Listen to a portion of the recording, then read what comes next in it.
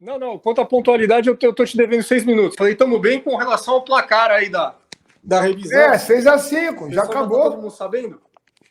Já. Eu tenho algumas perguntas, né, sobre isso, porque o Gilmar Mendes abriu um precedente ali, falou com a Carmen Lúcia não, com a Rosa Weber, sobre a decisão do STJ, né, que tinha decidido, eles decidiram a inconstitucionalidade do processo, e não podia. Eles não têm autonomia para isso, é só o Supremo Tribunal que pode. Sim, ok. Então, antes que vai mandar uma advertência para o STJ, né?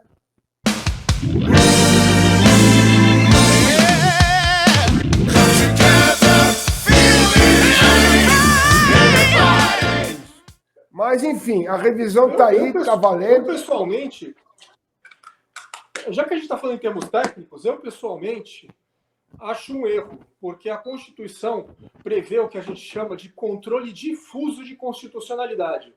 Isso quer dizer, Caco, que até um juiz de primeira instância pode aplicar uma norma com relação à Constituição Federal. Se isso não fosse possível, nenhum juiz em primeira instância poderia ter dado a revisão da vida toda, ter dado procedência. Eles dão a maioria dos juízes de primeira instância. Isso é uma falha técnica gravíssima da Suprema Corte. Eles não têm que chamar a atenção da STJ por falar de inconstitucionalidade.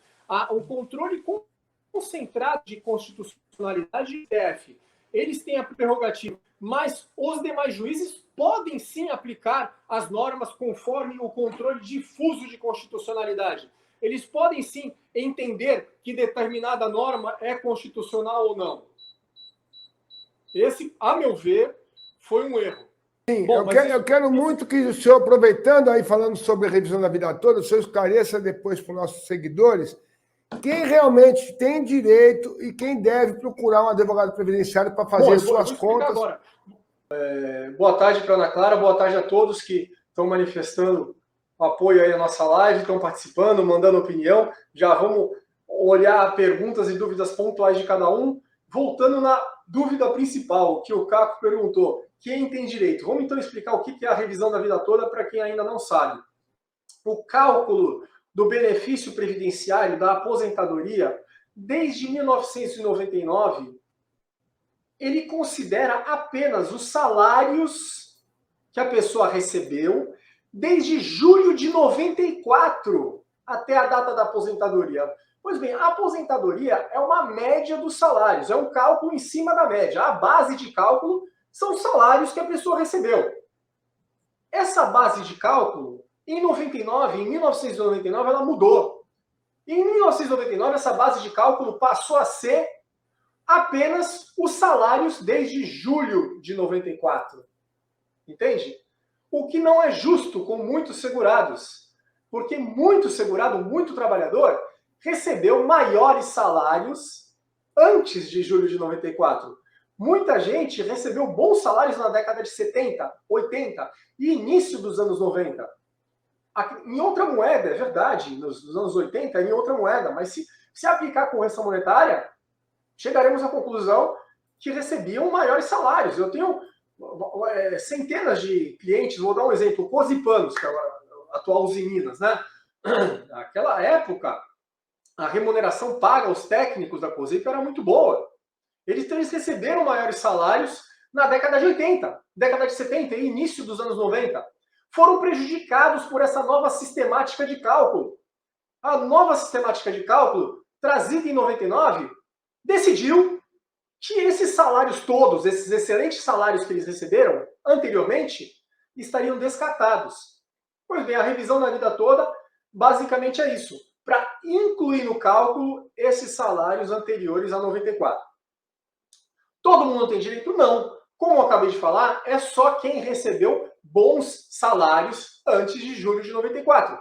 Não tem como a pessoa saber disso porque era até outra moeda. Tem que aplicar a correção devida, a correção adequada. O índice a ser aplicado é o INPC. Existe um outro índice para aquela época. Então, é uma sucessão de índices até chegar no valor dos salários que a pessoa recebeu, para realmente saber se isso vale a pena. E não basta saber o valor dos salários, tem que fazer a conta. Tem que fazer o cálculo do benefício para ver se realmente a revisão da vida toda vai elevar a média do trabalhador, vai elevar a aposentadoria dele. Existe perigo, sim, na pessoa entrar equivocadamente. Não entre sem saber o que está fazendo, porque você pode, sim, ser condenado no pagamento de custas e honorários processuais. Ele fala, doutor Tiago, mas eu sou beneficiário da justiça gratuita. Tudo bem, é bom que o juiz lhe conceda a justiça gratuita. Caso contrário, você pode ser condenado se a sua ação for improcedente.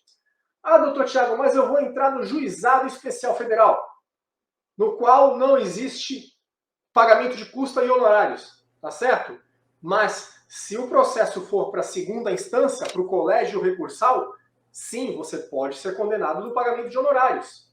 E outra, se o juiz perceber que o seu cálculo, quer dizer, os atrasados que você tem para receber dessa revisão, a bolada, aquilo que interessa, se ele decidir que supera, se ele perceber, se ele fizer o cálculo e perceber que esses atrasados superam 60 salários mínimos, ele vai tirar o processo do juizado e enviar para uma vara federal. E na vara federal, se você não for beneficiário da justiça gratuita, você pode sim ser condenado no pagamento de custos e honorários processuais.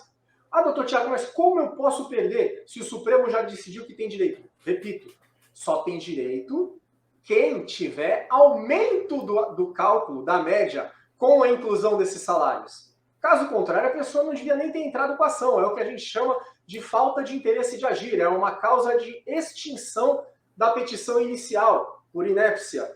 E ele pode sim perder e ser condenado.